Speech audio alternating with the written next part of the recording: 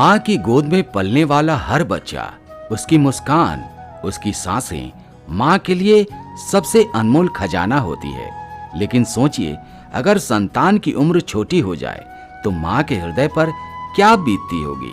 आज हम सुनने जा रहे हैं जीतिया व्रत कथा, वो कथा जहाँ एक राजा ने अपने प्राण तक त्याग दिए सिर्फ इसलिए कि किसी माँ की गोद उजड़ न जाए। यही वो कथा है जिसके श्रवण और पालन से संतान को दीर्घायु और समृद्धि का आशीर्वाद मिलता है।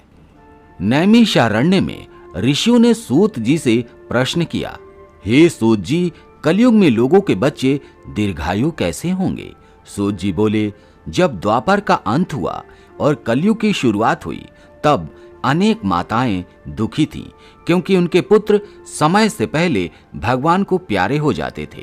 वे स्त्रियां मार्गदर्शन के लिए गौतम ऋषि के पास पहुंची। गौतम जी ने उन्हें एक पुरानी कथा सुनाई, वो कथा जो महाभारत युद्ध के बाद द्रौपदी ने भी ब्राह्मण धौम्य से सुनी थी।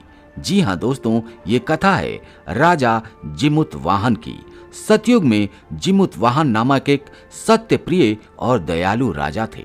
एक रात उन्होंने सुना एक वृद्धा माँ अपने पुत्र की मृत्यु पर विलाप कर रही थी।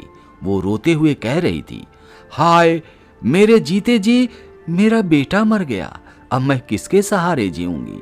यह सुनकर राजा का हृदय पिघल गया। उन्होंने उस माता से पूछा, माता तुम्हारा पुत्र कैसे मर गया? वृद्धा ने कहा, प्रतिदिन गरुड़ आकर गांव के बच्चों को खा जाता है। आज मेरे बेटे की बारी थी और वो मारा गया।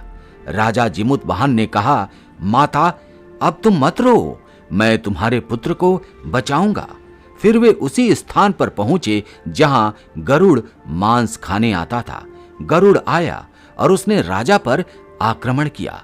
उसने राजा का बायां अंग खा लिया, लेकिन राजा ने तुरंत अपना दाहिना अंग भी उसके सामने कर दिया।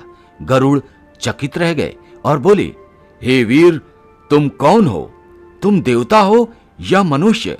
राजा ने उत्तर दिया, मैं सूर्यवंश का जिमुतवाहन हूं।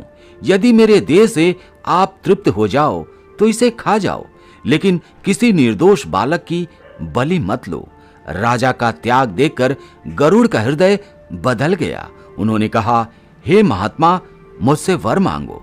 राजा ने वर मांगा, अब तक जिन बच्चों को तुमने खा लिया है वे सब जीवित हो जाएं और आगे से कोई भी मां अपनी संतान को ना खोए। गरुड़ ने यह वरदान